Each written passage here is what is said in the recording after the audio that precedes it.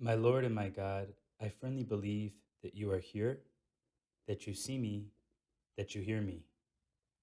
I adore you with profound reverence. I ask your pardon for my sins and the grace to make this time of prayer fruitful. My Immaculate Mother, Saint Joseph, my Father and Lord, my guardian angel, intercede for me. Plants are interesting things to observe.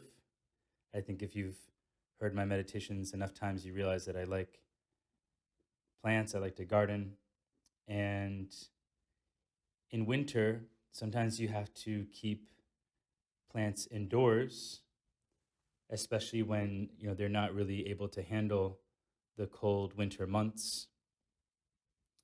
And some gardeners they use sun lamps or what are called grow lights to keep those plants alive in darker days and to give them some consistency as they're growing, to give them a regular dose of light each day. But we know, right, that a sun lamp is a pure excuse for the real thing, for the sun itself. It's just those lamps are just lamps. They're artificial.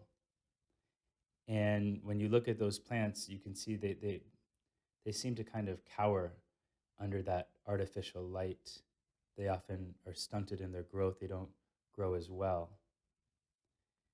In fact, it's pretty obvious, but I'll state it anyway. Sunlight is a lot more powerful than grow lights or sun lamps. A plant gets about the same amount of energy from 13 hours under a grow light as it does from only 6 hours under the sun. I remember once taking plants out at springtime and placing them back outside under the sun, and boy, did they perk up. Right? They began to grow much faster, they flourished because they could finally bask in the warmth and brightness of the sun itself. You could say that they had found something greater than that dinky sun lamp. Jesus, when we hear your teachings in the Gospels, and specifically when you speak of yourself, you speak with great simplicity about the fact that something greater is here, that with your arrival, with your incarnation, with your revelation of your Father, of the kingdom of heaven, something great has arrived. The greatest has arrived. The sun instead of the lamp, the real thing instead of mere prefigurements or imitations. For example, when you talk about those ancient figures of the past, like the Queen of the South, the Queen of Sheba, or the people of Nineveh, they they realize something great is present. The Queen of the South will rise at the judgment with the people of this generation and condemn them because she came from the ends of the earth to listen to the wisdom of Solomon and see something greater than Solomon is here. The people of Nineveh will rise up at the judgment with this generation and condemn it because they repented at the proclamation of Jonah and see something greater than Jonah is here. So the Queen of Sheba, the people of Nineveh, they get it, right? They've picked up on the clues and they have shifted over to the new light, the brighter light, just like those plants that perk up when they realize that something greater is here, something even greater than Solomon, the great king, or even greater than Jonah, the great prophet.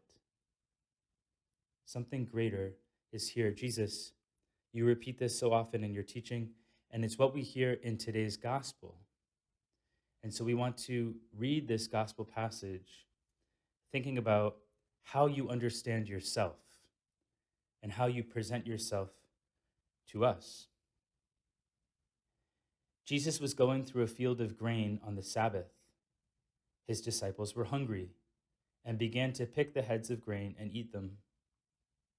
When the Pharisees saw this, they said to him, "See, your disciples are doing what is unlawful to do on the Sabbath." Jesus said to them, "Have you not read what David did when he and his companions were hungry? How he went into the house of God and ate the bread of offering, which neither he nor his companions, but only the priests, could lawfully eat? Have you not read in the law that on the Sabbath the priests serving in the temple violate the Sabbath and are innocent? I say to you, something greater than the temple is here. If you knew what this meant, I desire mercy, not sacrifice, you would not have condemned these innocent men, for the Son of Man is Lord of the Sabbath." Well, first of all, Jesus, it's really interesting to think that your disciples were hungry, that you lived poor, and you invited your disciples to also live poor, right? To live a deep poverty in which they were hungry, in which they often did not have enough to get them through the day. And how they also acted with great freedom. Right? You gave them a lot of, you could say, space for them to make decisions. Right? The disciples are hungry and they grab at that grain of wheat with great flexibility, with great freedom. And then contrast that with this rigidness of the Pharisees. The Pharisees are looking for any little thing that they can accuse, that they can find as a rupture of the law. But more than anything, Jesus, this passage shows us how you understand yourself. You tell the Pharisees something greater than the temple is here. That's a huge statement because the temple was the very center of Jewish existence. The very, you could say, like nucleus of Jewish life, of Jewish worship. What could be greater than the temple? Only God.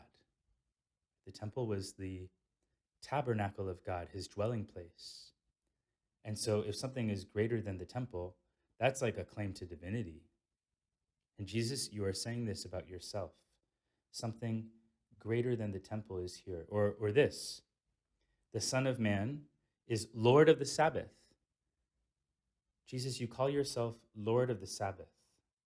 If the temple is the physical nucleus of religious life, the physical spatial center, the Sabbath was the temporal nucleus of religious life, the temporal center.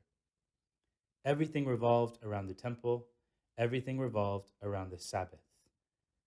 It was like the temporal, spatial axis of Judaism, of their religion. And Lord, we know that you compared your body to the temple in Jerusalem, not just here, but also in that other passage where you say, "Tear down this temple, and in 3 days I will rebuild it." He was referring to the temple of his body. It's torn down in the crucifixion and rebuilt, as it were, in the resurrection. Something greater than the temple is here. And then the priests, right? So this comparison of the apostles, these bumbling fishermen from Galilee, and referring to them as if they are the priests of this new temple, of this new Sabbath.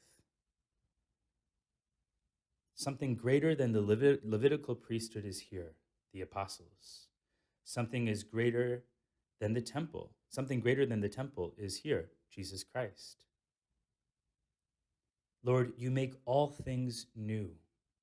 You are the sun, the real sun that replaces that artificial lamp and gives the plants this new capacity for growth, this new gift of flourishing.